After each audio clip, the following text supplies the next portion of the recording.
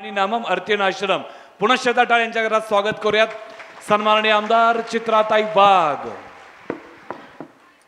नमस्कार. कडेगावच्या माझ्या सगळ्या मैत्रिणींना मुंग्या आल्या का पायाला? हो, बोलू का नको? खरं आता मंदाताईंनी इतकं जोरदार भाषण केल्यावर माझ्यासाठी काही बोलायलाच नाही आहे आणि मला भाषण नाही करतायत. माझ्याशी बोलाल का तुम्ही? सगळ्या बोलाल ना? मागच्या बोलाल का ग? आणि मधल्या आणि पुढच्या? कारण मी तुमच्याशी बोलायला आली आहे. आज या ठिकाणी आपल्या सगळ्यांचा लाडका भाऊ संग्राम भाऊ याला निवडून देऊन या पलूस कडेगावच्या विधानसभेचं प्रतिनिधित्व करण्यासाठी विधानसभेवर पाठवायचा चंग आपण सगळ्यांनी बांधलाय का नाही? कुठल्याही परिस्थितीत या वेळेला पलूस कडेगावमधून विधानसभेवर जर कोण जाईल तर तो तुमचा आणि माझा लाडका भाऊ हा संग्राम भाऊ त्या ठिकाणी असणार. आणि त्यासाठी आजच्या या सभेला उपस्थित असलेले आमचे मोठे बंधू किसान मोर्चाचे अध्यक्ष राजाराम गरुड साहेब, माझी सहकारी जिनी खूप छान दमदार असं भाषण केलं अशी महिला मोर्चाची राज्याची महामंत्री स्वाती शिंदे, काळेबाग साहेब, सारंग माने साहेब, नाजबीन पटेल मॅडम, मनीषा राजपूत मॅडम, माझी सहकारी मंदाताई करोडे, अशोक भाऊ साळुंके, प्रदीप कदम, प्रतीक्षा वाघमोडे, विद्याताई पवार, मंदाताई क्षीरसागर, पपिताई सुतार, वंदनाताई वाईल, मोहिते मॅडम आणि आपण सगळ्या एवढ्या खंडीभर ज्यांच्या नंदुबाई आहोत अशा आपल्या अपर्णाताई. आणि मला अपर्णाताईंना पण सांगायचंय, तुम्ही काही काळजी करू नका. तुमच्या नंदा एवढ्या भक्कम आहेत की आमच्या भावाला या वेळेला विधानसभेवर पाठवल्याशिवाय कुठली बहीण राहायची नाही, हा मला विश्वास आहे. मैत्रिणींनो, त्याला कारण आहे, माझ्या आधी आपल्या शिवसेनेचा भाऊ त्याने खूप चांगले विचार मांडले की त्या ठिकाणी मंत्रीपद मिळत असताना सुद्धा राजकारणामध्ये काय वाटतं, आमदार व्हावं, खासदार व्हावं, मंत्री व्हावं. कुणाला जर सांगितलं की तुम्हाला मंत्री करतो तर असा कोण माणूस तुम्हाला मिळेल का की नको नको मला मंत्रीपद नको? पण असं एक महान व्यक्तिमत्व अण्णांच्या माध्यमातून इथं होऊन गेलं, ज्यांनी सांगितलं मला मंत्रीपद देऊ नका, माझ्या दुष्काळी भागाला पाणी मिळालं पाहिजे. असं तुमची काळजी करणारा नेतृत्व अण्णासाहेब होते आणि त्यांच्या पावलावर पाऊल टाकून आपला संग्राम भाऊ त्या ठिकाणी काम करतोय. लोकांसाठी, माझ्या लोकांसाठी काही झालं पाहिजे, केलं पाहिजे अशी एक मनामध्ये धारणा असणारा असा आपला संग्राम भाऊ आहे. या ठिकाणी आपण बघितलं 30-35 वर्ष, मला वाटतं 40-45 वर्ष असेल, फार मोठे प्रस्थापित या ठिकाणी आहे, ज्यांच्या गाडीच्या काचा सुद्धा कधी खाली होत नाही. आम्हाला असा लोकप्रतिनिधी पाहिजे की गरुड साहेब फोन केला तर बोलगताई तुझं काय काम आहे असं म्हणणारा आम्हाला आमचा आमदार पाहिजे. आणि तो जर कुठला आमदार असेल तर तो आपला संग्राम भाऊ आहे.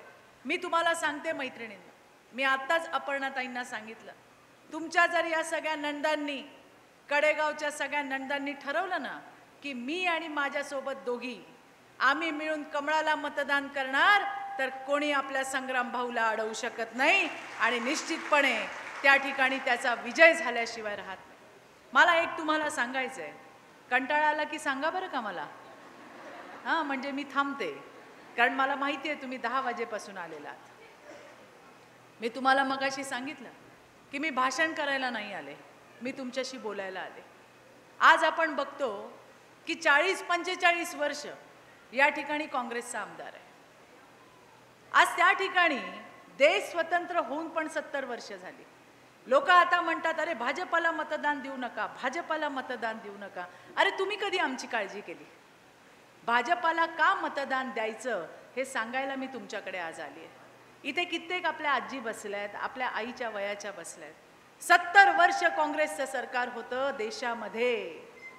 याच्यामध्ये किती मायमाऊलींनी दर 5 वर्षांनी जायचं, बोटाला शाई लावायची, मतदान करायचं. केलंय का नाही? आपल्या आईंनी केलंय, आपल्या आजींनी केलंय. आणि त्या मतदानावरती पंतप्रधान घडले, वेगळे वेगळी सरकारं आली. पण एवढे सगळे आले, आपला कोणी विचार केला का ग? केला का कोणी विचार? 50%. खरं तर तुम्हाला सांगते, आपल्या महिला वर्गावरती सगळ्यात जास्त उपकार जर कोणाचे असतील ना मैत्रिणींनो, तर ते आहेत महामानव डॉक्टर बाबासाहेब आंबेडकरांचे.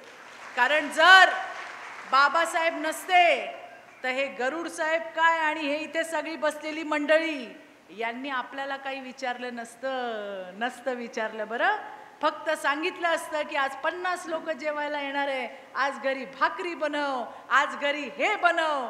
पण त्या महामानव डॉक्टर बाबासाहेब आंबेडकरांनी तुमचा आणि माझा विचार केला की या देशातल्या 50% महिलांना मतदानाचा अधिकार दिला पाहिजे. आणि म्हणून आपल्याला राजकारणात सुद्धा महत्त्व आहे. आपण हा विचार करायचा की 70 वर्ष आम्ही या नेत्यांना निवडून देतोय. अरे आमच्यासाठी काय केलं? तुम्ही मला प्रामाणिकपणे सगळ्यांनी सांगा. तुमच्या लहानपणामध्ये टॉयलेटला कुठं जात होतात ग तुम्ही? कुठं जात होतात? जात होतात का नव्हत्या जात? जात होत्या ना. कुठं जात होत्या? रस्त्यावर. अगं बोलाल का नाही? रस्त्यावर, शेतामध्ये, खळ्यामध्ये, मळ्यामध्ये जायचो ना. लोटे घेऊन, डब्बे घेऊन जायचो. अगं जायचो का नाही? मग आपल्याला आवडायचं का? पण होते का संडास? आणि मग ज्या वेळेला मोदीजी पंतप्रधान झाले, त्यांनी सगळ्यात पहिलं काम काय केलं? ते म्हणले कुठलं पण घर, कुणाचं पण घर असू दे, घराची इज्जत कोण असते ग? बोला की आपल्याबद्दल. अगं कोण असते? आपण असतो ना. घरची इज्जत मला भावांना सांगायचं, इथे बसलेल्या मागे उभे त्यांनाही सांगायचं, तुमच्या घरच्या इज्जती लोटे आणि तांबे घेऊन मळ्यात आणि खळ्यात जात होत्या. मोदीजींनी सांगितलं ही तुमच्या घराची इज्जत नाही, माझ्या देशाची इज्जत आहे. आणि माझ्या देशाची इज्जत रस्त्यावर जाणार नाही, मळ्यात जाणार नाही, खळ्यात जाणार नाही. आणि प्रत्येकीच्या घरात संडास दिले.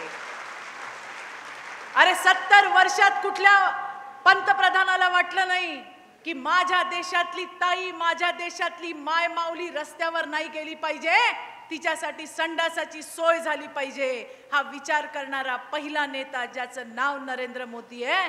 भाजपला नाही वोट देणार तर कुणाला वोट देणार? हा प्रश्न तुम्ही विचारला पाहिजे.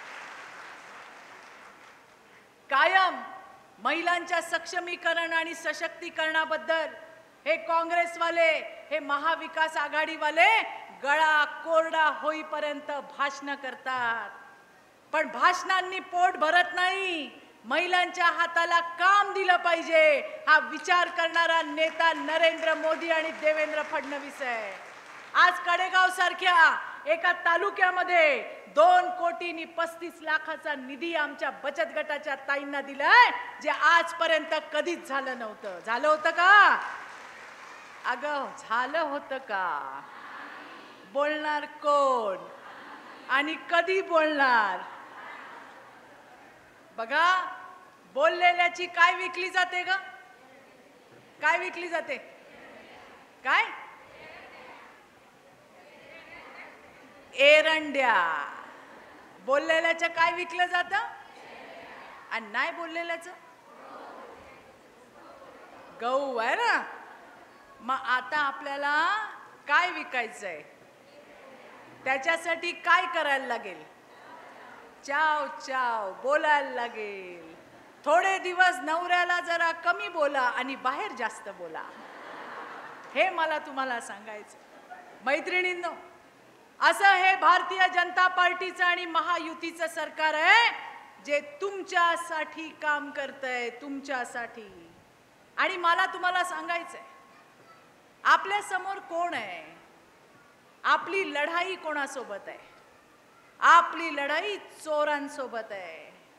आपली लढाई खोटं बोलणाऱ्यांसोबत आहे. आमच्या मुंबईच्या भाषेत म्हणायचं आता खोटे आणि चोट्ट्यांबरोबर आपली लढाई आहे. कारण ही लोक खोट बोला, रेटून बोला, बेंबीच्या देठापासून बोंब मारतात. खोट खोट खोट. आता मला तुम्ही सांगा, बोलू ना ग? मध्ये मध्ये चेक करते मी. बोलू ना ग? अगं मागच्या बोलू ना? बोलू? आता मला सांगा, खात्यामध्ये भाऊबीज आली का? अगं आली का? आल्यावर आवाज कसा यायला पाहिजे? भाऊबीज आली का? खुश आहात का सगळ्या जणी? काही जणींना नसेल आली. ऐका पुढचं. ज्या माझ्या ताईंना भाऊबीज नाही आली, काळजी करू नको. इलेक्शन नंतर या सगळ्यांच्या खात्यात तर 1500 आली, तुमच्या खात्यात 2100 येणार आहे. 2100. और महायुति की सरकार देने वाली पार्टी है, लेने वाली पार्टी नहीं है, लक्षात ठेवा. आणि म्हणून मग जेव्हा लाडकी बहीण योजना आली, तेव्हा आता तुम्हाला माहिती आहे, आपले सख्खे भाऊ तर आहेतच. आपला देवा भाऊ आहे, आपले मुख्यमंत्री एकनाथराव शिंदे आहेत, दुसरा आपला भाऊ अजितदादा आहे. पण सख्या भावांबरोबर सावत्र भाऊ सुद्धा आहेत, सावत्र बहिणी सुद्धा आहेत. मला तर आश्चर्यच वाटतं की ते म्हणले, अहो यांच्याकडे राज्याच्या तिजोरीतच पैसे नाही आहेत. म्हणजे खोटं किती बोलावं. त्या बारामतीच्या ताई माहिती आहेत ना तुम्हाला? अगं माहिती आहेत का नाही? मोठ्या ताई, त्यांच्या, तुम्ही सगळे शेती करता का? सगळ्या करता?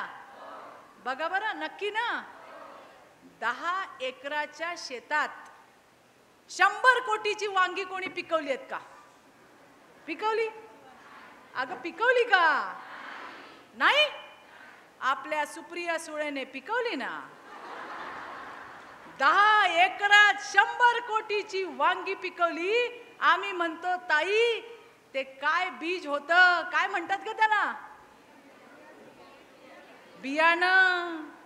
ते 10 एकरातल्या 100 कोटी वांगी ज्या बियाणाने झाली, दादा तुम्हाला तरी माहिती आहे का? अहो पाठवा की जरा इकडे कडेगावला सुद्धा. आमच्याही माय माऊल्या 10 एकरात 100 कोटी वांगी पिकवतील की. आता हा वांग्याचा विषय तुम्ही म्हणाल ताई मध्येच कुठे काढला?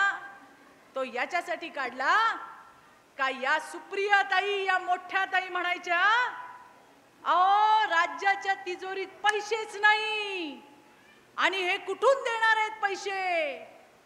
आम्ही म्हटलं बरं. आणि आता काल का परवाच ताईची जी महाविकास आघाडी आहे, ते म्हणतात आम्ही आता 3000 रुपये तुम्हाला देणार आहोत. किती?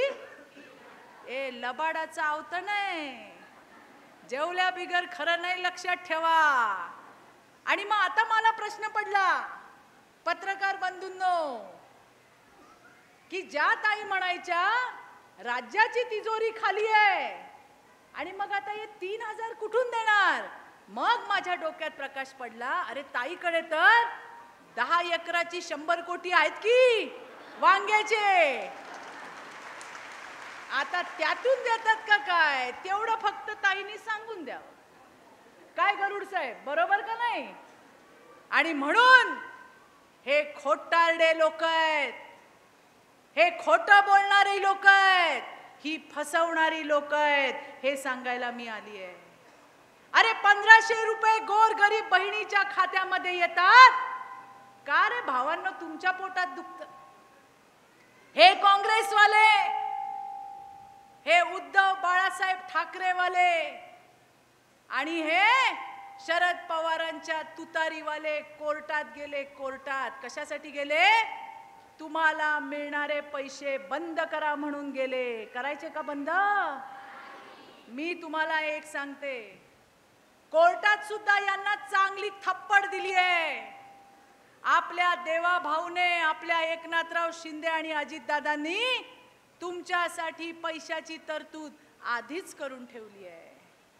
अरे बहिणीला ओवाळणीला देणारे पैसे, बहिणीला त्या ठिकाणी संसाराच्या माध्यमातून हातभार द्यायला लावणारे पैसे, काँग्रेसची अजून एक ताई आहे प्रणिती शिंदे खासदार, ती म्हणली की हे महायुतीवाले महिलांना लाच देतायत. लाच, लाच समजते ना? ही लाच आहे का ग? ही लाच आहे? अरे लाज बोलणाऱ्यांना लाजा कशा वाटत नाही असा प्रश्न सुद्धा माझ्यासारखीला त्या ठिकाणी पडतो. अरे हॉटेलच्या एका बिलामध्ये जाताना 500 आणि 1000ची टीप देऊन जाणाऱ्या या ताया आणि हे सावत्र भाऊ आहेत, यांना नाही कळणार गरिबाला 1500ची किती किंमत आहे, यांना नाही कळणार. पण माझी ग्रामीण भागातली ताई 8 तास काम करते, 8 तास, त्याच्यानंतर तिच्या हातावर 200-250 रुपये येतात. ते पैसे आपल्यासाठी असतात का ग? आपल्यासाठी असतात? ते पैसे आपल्या संसारासाठी असतात. महिन्याचा मेळ आपण बसवत असतो. कधीतरी आपल्याला पण वाटतं की माझा भाऊ येताना 2 पिशव्याभर खाऊ घेऊन येतो, कधीतरी मी जाताना त्याच्या लेकराला काहीतरी घेऊन जाईन, माझ्या आईला साडी घेईन, माझ्या भावाला शर्ट घेईन. आपल्याला नाही वाटत का? प्रत्येकीला वाटतं. पण परिस्थितीमुळे ते शक्य होत नाही. पण आता हे पैसे थेट आपल्या खात्यामध्ये आलेले आहेत. आधी नवऱ्याकडे हात पसरावा लागायचा, आज मला जायचंय ओ माहेरी, देता का पैसे? नवरा देतो, पण लगेच देतो का नवरा पैसे? देतो का ग? देतो उद्या, परवा जा, तेरवा जा. आता विचारायचं काम नाही, कारण आमच्या भावांनी थेट आमच्या खात्यामध्ये पैसे पाठवलेले आहेत. जाताना प्रवासाची पण सोय केली आहे. जाता का नाही एसटी ने? जाता का नाही जात? आणि तिकीट किती आहे? किती तिकीट? चांगलं आहे का वाईट आहे ग? चांगलं आहे का वाईट आहे? तुम्ही माहिती आहे तुम्ही कोण आहात? तुम्ही सगळ्या जणी आहात ना, या राज्यातल्या माझ्या बहिणी या महालक्ष्मी आहेत. महालक्ष्मी. मी का तुम्हाला महालक्ष्मी म्हणते? ही एसटी, ही बस ज्याने तुम्ही अर्ध्या तिकिटाने जाता, याच महाविकास आघाडीच्या सरकारच्या वेळेला 170 बहिणींचे कुंकू पुसले या लोकांनी. त्या कंडक्टरनी, त्या ड्रायव्हरने आत्महत्या केल्या. एसटी महामंडळ डब घाईला आलं. मग आलं महायुतीचं, आपल्या भावांचं आपलं सरकार. आणि मग एसटी दिली तुमच्या हातात की महिलांना 50% मोफत. आणि बघा महालक्ष्मींचा आशीर्वाद, आता एसट्या येतात खचाखच भरून. आणि एसटी महामंडळ यांच्या काळामध्ये, या काँग्रेसवाल्यांच्या काळामध्ये 170 कामगारांनी आत्महत्या केलेल्या ते एसटी महामंडळ तुम्ही सगळ्या महालक्ष्मींनी तारून नेलं, म्हणून तुमचे आभार मानते मी. आता काहीही केलं, आपल्याकडे ते म्हणतात ना ग, काय म्हणतात, सवतीचं मीठ कसं असतं? कसं असतं ग? आळणी असतं ना. काही केलं का त्याच्यात नावं ठेवायची, काही केलं का त्याच्यात नावं ठेवायची. आता हे लोक म्हणतात काय झालं अर्ध तिकीट, काय केलं तुम्ही? अरे अर्ध तिकीट काय फक्त अर्ध तिकीट आहे का ग? आज कडेगावची बाई आपल्या घरातून निघून, कित्येक जणी तर पहिल्यांदाच एकटीने प्रवास केला असेल, कडेगावची बाई अर्ध तिकीट घेऊन सांगलीला जाते, साताऱ्याला जाते, पुण्याला जाते, ठाण्याला जाते, मुंबईला जाते. ती काय फक्त तिकीट घेऊन जाते? अरे ती आत्मविश्वास घेऊन जाते की मी एकटी घरातून बाहेर पडेन, मी प्रवास करू शकते, मी एकटी दुनियेमध्ये जाऊ शकते, मी महाराष्ट्रात फिरू शकते. हा आत्मविश्वास द्यायचं काम सुद्धा महायुतीच्या सरकारने केलंय मैत्रिणींनो. परवा मी बघितलं एसटी स्टँडवर एक ताई भाजीची टोपली घेऊन चाललेली. मी म्हटलं काय ग, कुठे चालली तू? ती म्हणली आधी गावाच्याच ठिकाणी भाजी विकायची, आता तालुक्याच्या ठिकाणी चालली आणि परवडतं सुद्धा, कारण माझं तिकीट अर्ध आहे. ज्याचा उल्लेख स्वातीने केला ते खरं आहे. आता तुम्हाला सांगते की त्या ठिकाणी नवऱ्यांची मोठी पंचायत झाली आहे, आमच्या भावांची पंचायत झाली आहे. ते म्हणतात चित्राताई हे काय केलं सरकारने? म्हटलं काय झालं? ते म्हणतात आता आमच्या बायका आम्हाला घराच्या बाहेर जाऊ देत नाही. आता म्हणतात तुम्ही घरी बसा, आम्ही जातो. आणि त्यामुळे आमची झाली पंचायत. मी म्हटलं तुम्ही काळजी करू नका, जिथं जिथं तुमची महालक्ष्मी जाईल तुमची बरकतच होईल, तुम्हाला कधी काही कमी पडणार नाही. आणि फक्त एसटीचा प्रवास बोलू ना ग? अगं मागच्या बोलू का नको? बोलू बोलू मधल्या बोला बोला. चिवडा लाडू काय खाऊन आले का नाही? खाल्लाय ना, मग बरं आहे. तर फक्त काही तुम्हाला 1,500 रुपये द्या, 2,100 रुपये द्या, एसटीने अर्ध फिरवा असं नाही आहे. शेवटी महिला सक्षम झाली पाहिजे. आपण सगळ्याजणी 40, 45, 50. आपल्या मुलींचं काय? प्रत्येक घरामध्ये एक दादा असतो, एक ताई असते. आपण शिकवतो कुणाला ग? कोणाला शिकवतो? काय शिकवतो का नाही शिकवत? बोला की, दादाला का ताईला? दादाला शिकवतो. कारण आपण म्हणतो म्हातारी झाल्यावर दादा जरा शिकला, व्यवस्थित नोकरी धंद्याला लागला, माझ्या घराची प्रगती होईल. आणि ताईला काय सांगतो? बाई तू लग्न करून जा, तिथे जाऊन तुला काय शिकायचं ते शिक. अशी कुठली आई नाहीये की जिला ताईला शिकवायची इच्छा नसेल. पण परिस्थिती अशी आहे. पण आता काळजी करू नका, तुमच्या तायांचे तुमचे भाऊ आणि तुमच्या मुलींचे मामा भक्कम आहेत. आपला देवा भाऊ एकनाथराव शिंदे आणि त्या ठिकाणी अजित पवार या तिन्ही मामांनी ठरवलंय की मुलींचं शिक्षण इंजिनियर व्हा, डॉक्टर व्हा, मोफत आहे.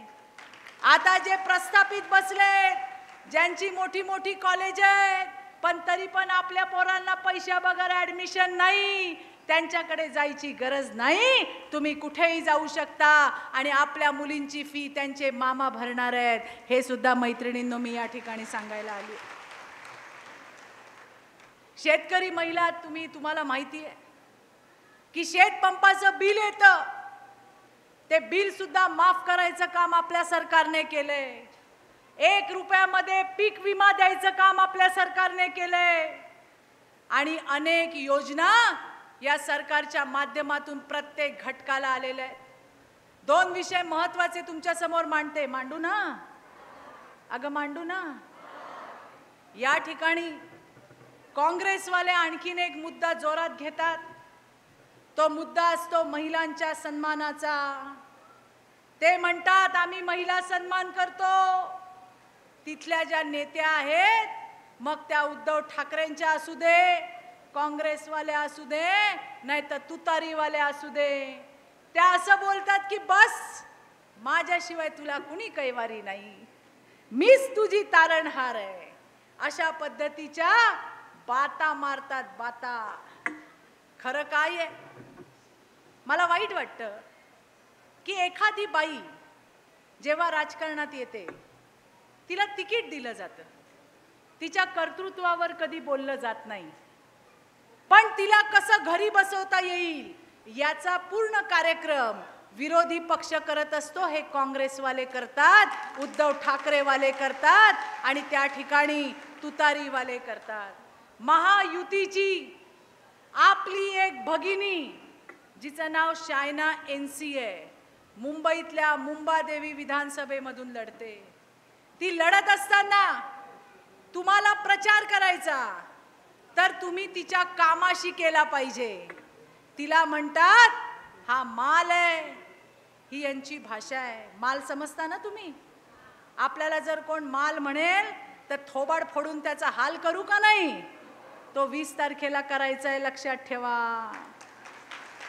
कारण हा माल फक्त तिला नाही, या राज्यातल्या मातृशक्तीला म्हटलंय. दुसरी एक महायुतीची ताई, सुवर्णा नाव आहे तिचं, विक्रोळी मतदारसंघामधून लढते. त्या ठिकाणी कोण आहे?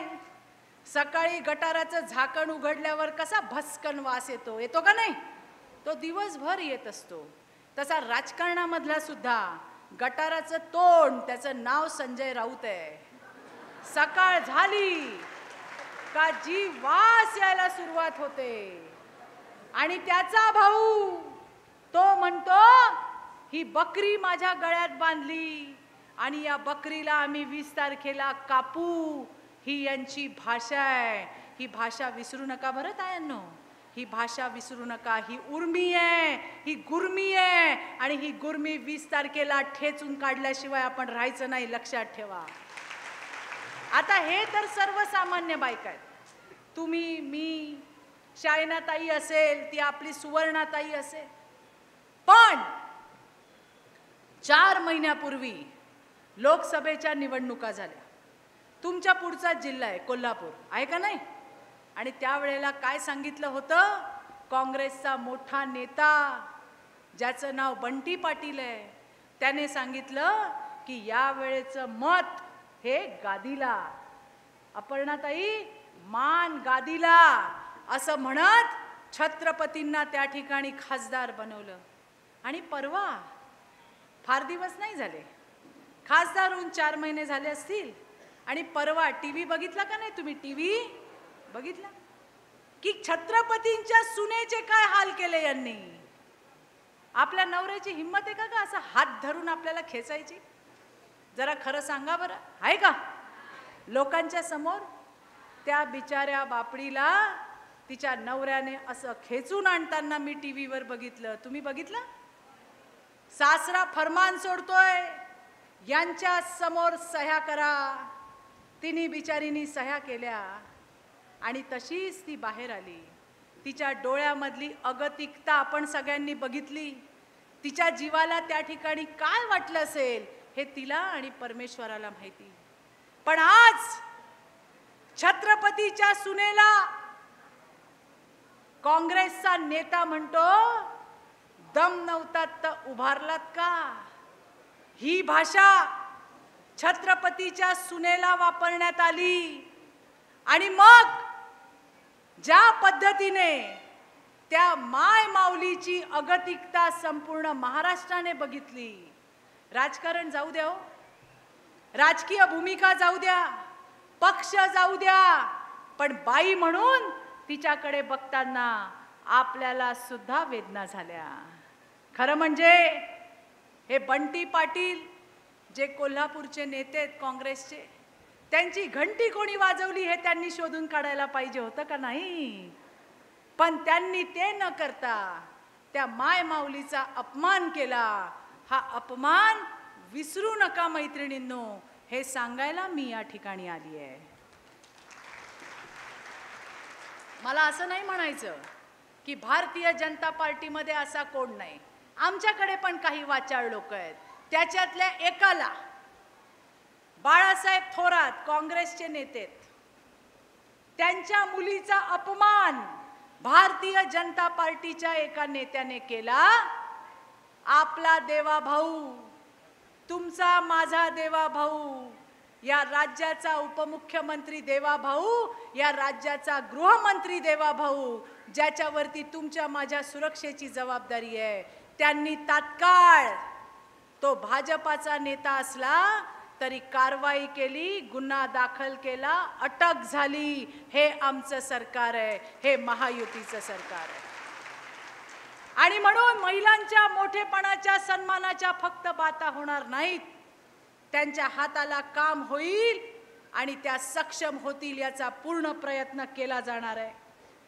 महिला बचत गटाच्या खूप साऱ्या माझ्या ताया इकडे आहेत.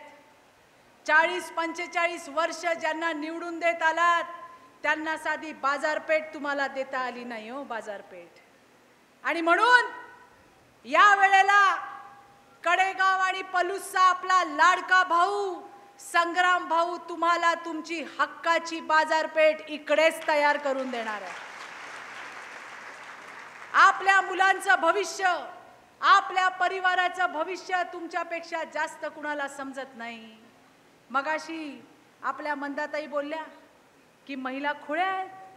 महिला खुळ्या नाहीत, महिला भल्या भल्याला खुळ्या करून सोडणार आहेत का नाही?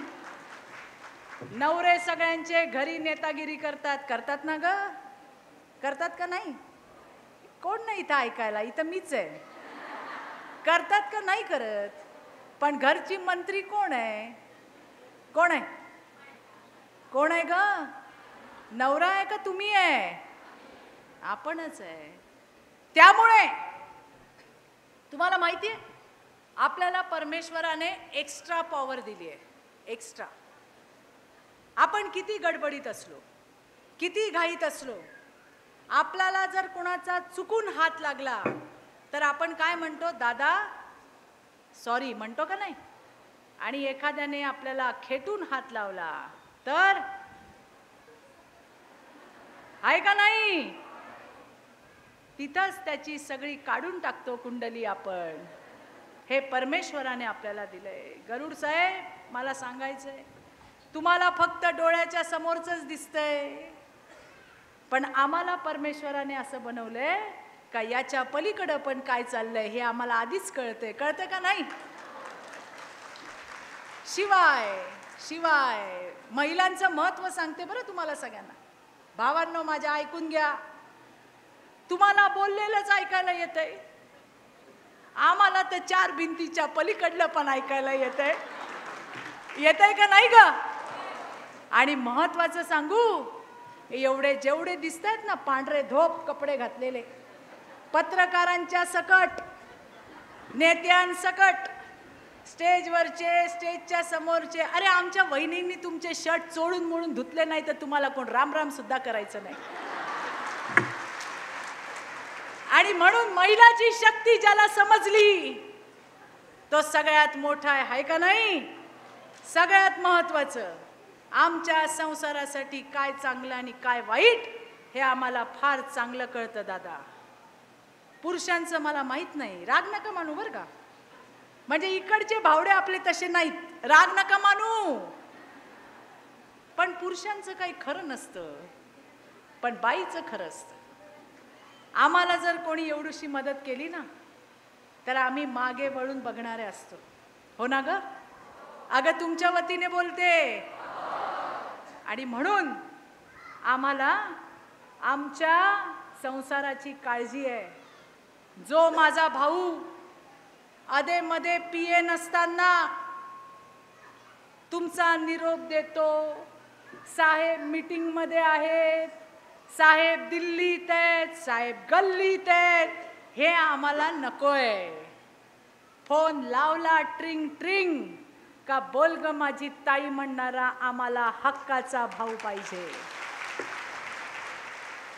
मी संग्राम भाऊची कामं याच्यासाठी नाही सांगितली की माझ्या आधीच्या सगळ्या वक्त्यांनी ही कामं तुमच्या समोर मांडली आहेत. ती खरी आहेत, खरी आहेत, खरी आहेत, खरी आहेत. मग आता परत बोलत नाही. आणि म्हणून आपल्या या सोन्यासारख्या भावाला आपल्याला पाठवायचंय. कुठं? कुठं? अगं कुठं? आणि विधानसभा कुठं आहे? कुठं? विधानसभा आहे मुंबई. आपली लढाई, मी तुम्हाला सांगितलं, लढाई आपली चोरांसोबत आहे, लढाई आपली खोटारड्यांसोबत आहे. तुमच्यावरती दबाव येईल, पैसे देतील, साड्या देतील, चोळ्या देतील, घ्यायच्या. मत कुणाला द्यायचंय? कुणाला? मी लोकसभेत बोलले होते, आज परत बोलते, पहिल्यांदाच बोलते बरं का तुमच्या विधानसभेपासून. जसं जसं इलेक्शन येतं पार्ट्या वाढतात ना. आपल्या नाही ग, नवऱ्यांच्या. सांगतात का नाही, आज काही जेवण करू नको, आज मी मित्रांसोबत बाहेर जाणार आहे, का तुम्ही समजून घ्या, कुठं जाणार आहे. म्हणून नवऱ्याला सांगा, खा कुणाचं पण मटण, पण दाब कमळाचं बटन. लक्षात राहील का नाही? लक्षात राहील? लक्षात राहील? काय सांगाल? खा कुणाचं पण मटण,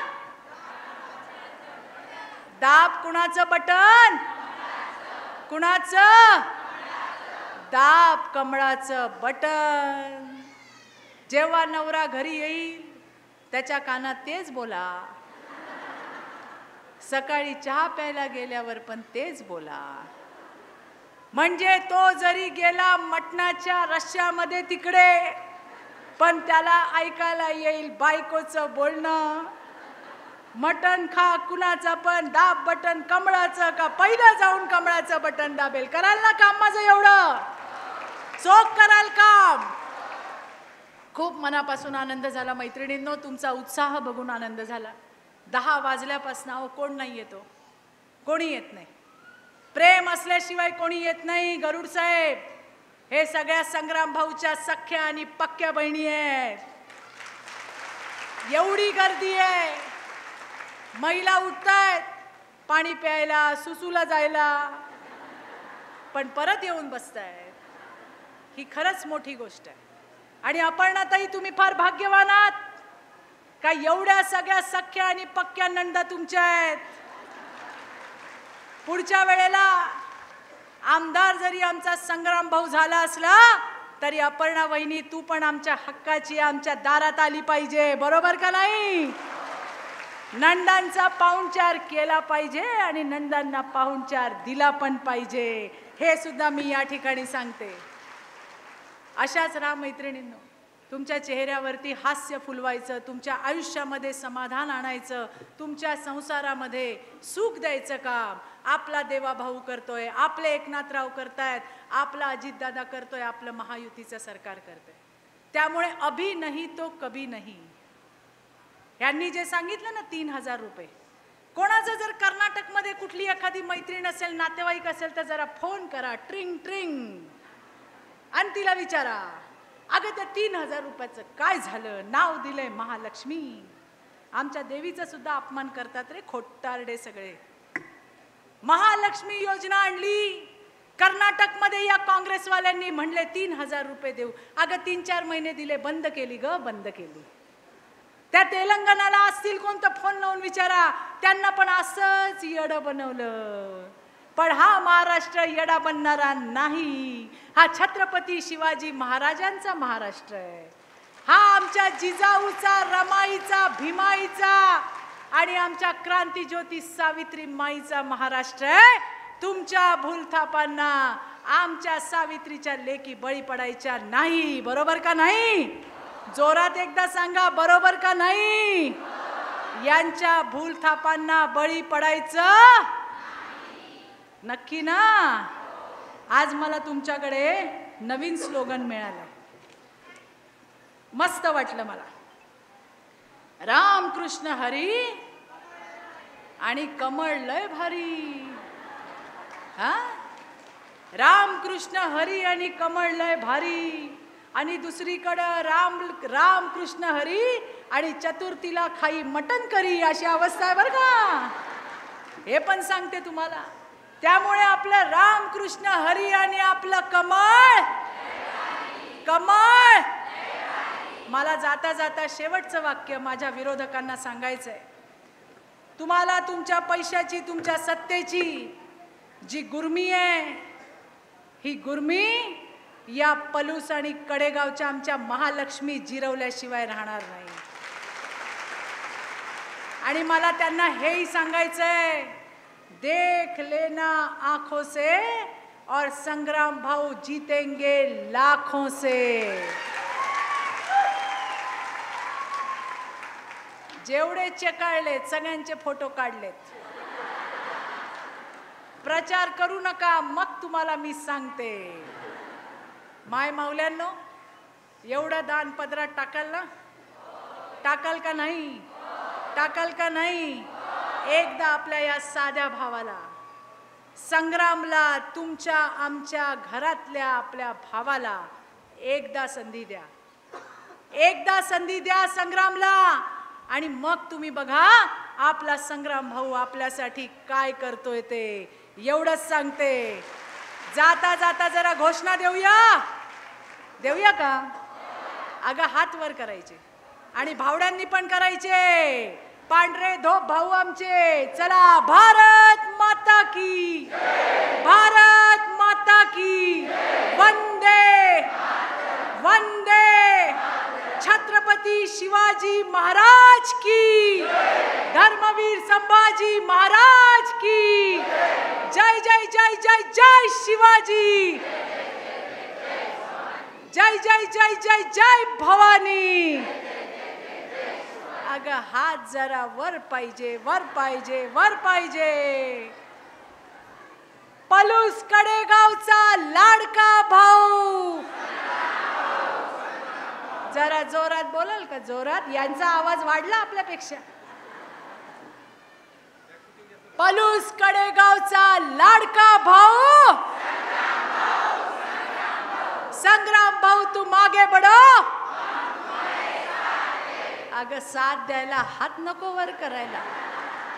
संग्राम भाऊ तू मागे बडो. राम कृष्ण हरी. अरे राम कृष्ण हरी. आता जाताना शेवटचं सांगते. नवऱ्याला तर सांगायचंच आहे, पण त्याच्याच मागे लागू नका दिवसभर. आंघोळ करा. संग्राम भाऊ फक्त घोषणा देऊन येणार नाही. सकाळी लवकर उठून रामकृष्ण हरी कमळ लय भारी म्हणा आणि पहिल्यांदा जाऊन कमळाचं बटन दाबा. आपल्या संग्राम भाऊला महाविजय मिळवून द्या. एवढंच सांगते. धन्यवाद. जय हिंद, जय महाराष्ट्र.